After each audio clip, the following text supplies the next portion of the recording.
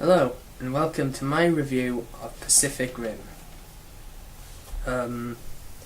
Pacific Rim is the first film I've reviewed that I've seen in the cinema. And yeah, I don't often get to review the films I see in cinemas because they're often at really late times when they're showing, and I'm often very tired when I finish watching them. I often just go straight to bed. But I got to see it in the day. When we're doing the review, it's not long since I last saw it, it's like 3 or 4 hours. So finally getting my review out, and yeah.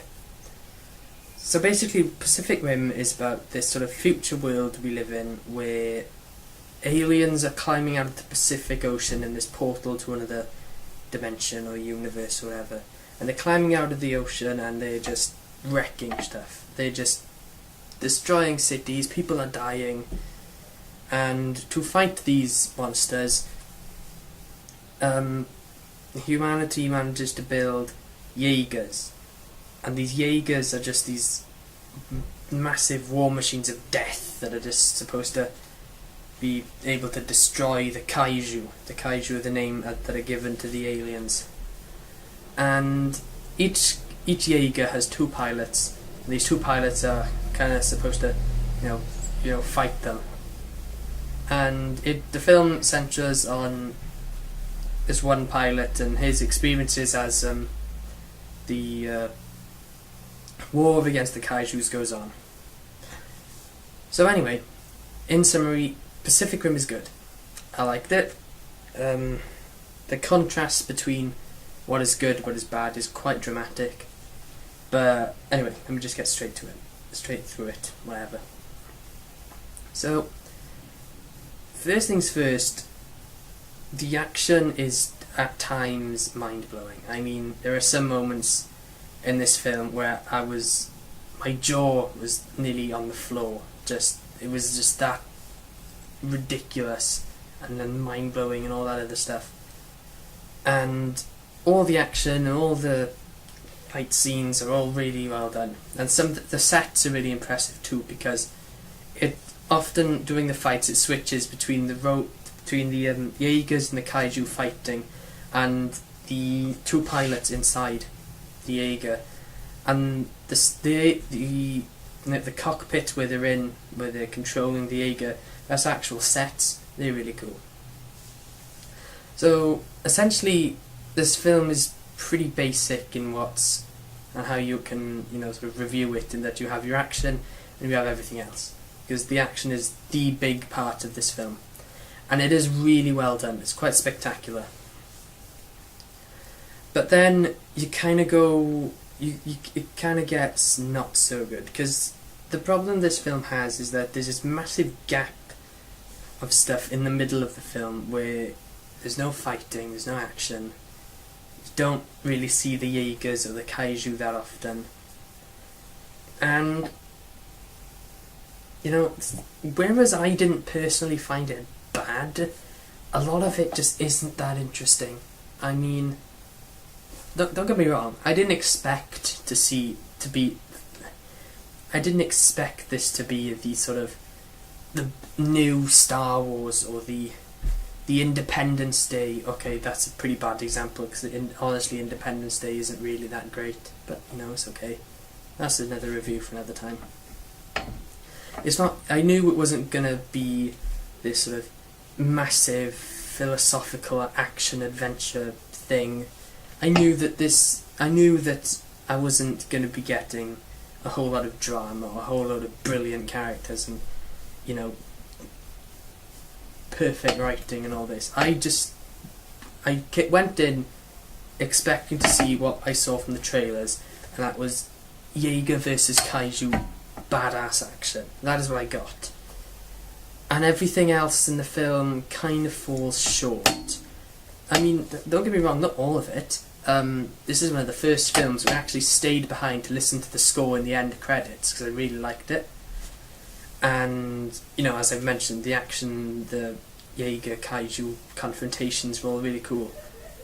But, it gets in the middle and there's all this, there's characters and all this talking, and it's not great.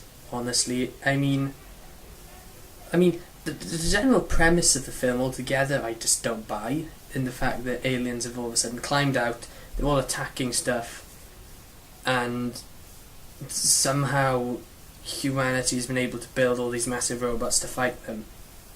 I mean, if science fiction has taught us anything about the human race, and this isn't obviously real, I'm not saying this is how it is actually going to work out. If science fiction has taught us anything, is that humanity is not going to develop all this super advanced technology until like 100, 200, maybe even 300 years in the future. And the fact that this is kind of meant to be set in, real world stuff, I just don't buy it, that they were all able to, in the space of like 14 months, were able to build all these robots to fight the kaijus. And, the characters aren't really all that interesting, the dialogue isn't all that interesting. I mean, there's this one flashback sequence that was surprisingly hard-hitting watching it, because I won't say what it is, but I was looking at it and I was like, wow, that person survived an immensely unfortunate situation.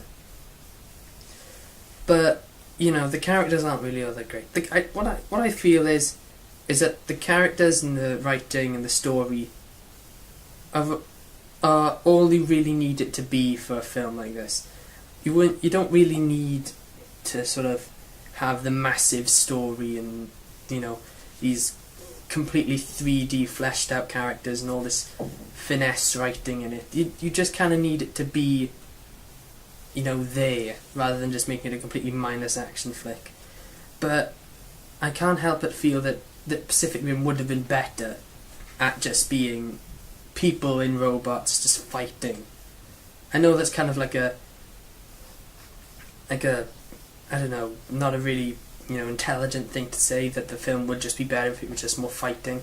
But I can't help but think that it would have been better than that, than to try and make the story and writing, more captivating, I guess. So, in summary, some truly spectacular action scenes and a good score, good sets. But it almost seems almost seems like it wasn't worth it to have the whole stories, like subplots and stuff going into it. A lot of the stuff in it isn't really explained that well, like the whole two-person mind control thing. So yeah, not all of that stuff is kind of explained. The characters and the story isn't all that interesting. And a lot of people are saying that Idris Elba was a really cool character and he made the film. I honestly wouldn't have said so. I mean, he's a good actor, he is, but I don't know, his British accent kind of felt misplaced in the film, maybe. But, it was still good. And the supporting cast was, with what they had, they were all okay. I mean, but altogether, I would have to give Pacific Rim, based on the sheer madness of the action and stuff alone, which is really what you need to be going into this film. The mindset you need to have is that this is going to be an action film. Don't go in expecting, the levels of drama and emotional explorations you might have in, Schindler's List or something. Go in expecting this to be Transformers times 1,000, and you will have a good time, almost certainly. Altogether, I'm going to have to give Pacific Rim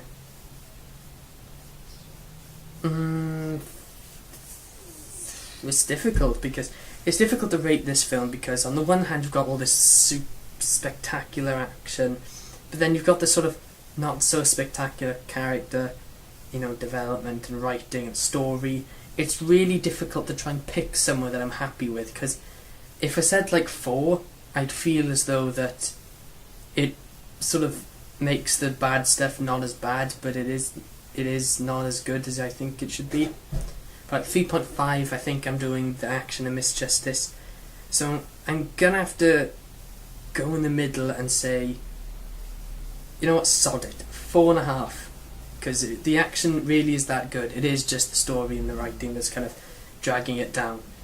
So yeah, 4.5. No, 4 out of 5. So would I like to see a sequel? Provided they can get that character stuff sorted out, then yes. Because I feel for them to give the effect of the action and the character together and make it, convincing, it needs to be longer. I mean, it's already, Pacific Rim is already like 2 hours and 10 minutes long. You need, if they cut down the amount of talking they had in it and worked on that being better, then filled off the time they cut out with Jaegers fighting kaijus, it will almost certainly be a 5. But at present, it's a 4, and I think that the cutting down of the writing, making the writing better, and more kaiju versus Jaeger action is what we would need for a good sequel. But then, the problem you have with making the sequel then is that it really would have to step it up. And honestly, as far as the action goes, it's going to be a while, I think, before technology has advanced enough for us to sort of step it up. So yeah, I'd like to see a sequel, provided the kind of not so good stuff we've seen from Pacific Rim is changed. So right, thank you for watching my review. I hope you enjoyed it. I hope you found it informative. One thing I will mention is that this film has taken inspiration from a lot of films. Clearly, because there were times I was looking at this film and I was like, alright, that is so much like this film, or that character is so much like this character from another film. If you've watched, what I'll say is that, and this isn't really a spoiler, Idris Elba's character reminds me of Nick Fury from the Marvel films, like the Avengers, and there's definitely a lot of similarities, well, not a lot, but some quite obvious similarities between Pacific Rim and Independence Day. I won't say what they are, but if you've seen Independence Day and you've seen Pacific Rim, then you will have recognised them. So anyway, thank you for watching. I hope you have enjoyed my review. I hope you found it informative, and see you around.